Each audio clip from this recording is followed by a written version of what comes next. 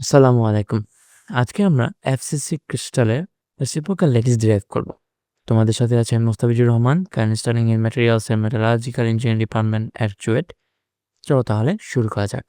আমরা পূর্বের ক্লাসে এফসি ইউনিট সেলের প্রিমিটিভ ভেক্টর বের করেছিলাম, তাই আজকে আর এটা বের করে দেখালাম না।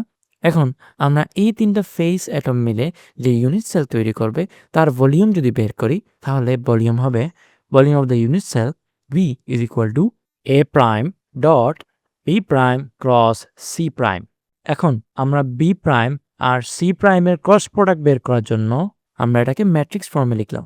তারপর ফার্স্ট রোতে থাকা এক্স ওয়াই জেড এই তিনটা ইউনিট ভেক্টরের ডিটারমিনেন্ট বের করে যদি আমরা এক্সপান্ড করি, তাহলে এটা দাঁড়াবে x head into A square by four minus y head into minus a square by four plus z head into minus a square by four.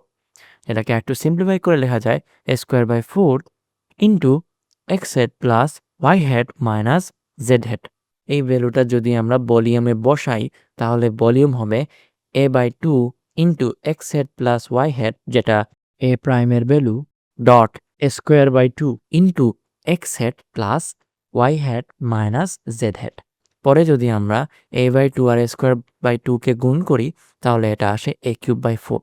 পরে যে টার্মগুলো বাকি থেকে যায় সেগুলোকে যদি আমরা ডট প্রোডাক্ট করি, তাহলে আলটিমেটলি আসে a cube by four into x head into x head plus Y head into y head, যেটাকে একটু সিম্পলিফাই করে লেখা যায় a cube by four into x head plus Y head.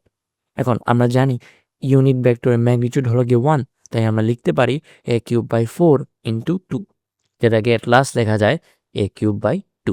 পরে যদি এই ভ্যালু আমরা রেসিপ্রোকাল ল্যাটিস ভেক্টরে বসাই, তাহলে এটা আসে capital A is equal to two pi into A square by two into x head plus Y head minus Z head divided by A cube by two, যেটাকে আরেকটু সিম্পলিফাই করে লেখা যায় capital A vector is equal to two pi by A into x head plus Y head minus Z head.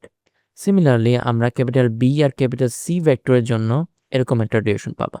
এখন আমরা যদি FCC এর direct lattice vector আর পূর্বের ক্লাসে পাওয়া বিসিসি এর রেসিপ্রোকাল ভেক্টর পাশাপাশি রেখে কম্পেয়ার করি, তাহলে আমরা দেখব যে দুইটাই সেম, পার্থক্য শুধু ল্যাটিস কনস্ট্যান্টে, অর্থাৎ কিউবের লেংথ ডিফারেন্ট হবে কিন্তু স্ট্রাকচার সেমই থাকবে।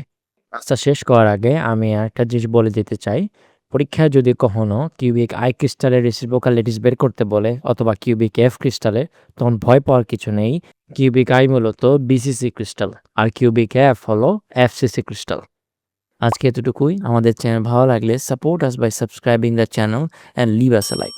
ইনশাল্লাহ দেখা হবে নেক্সট ভিডিওতে।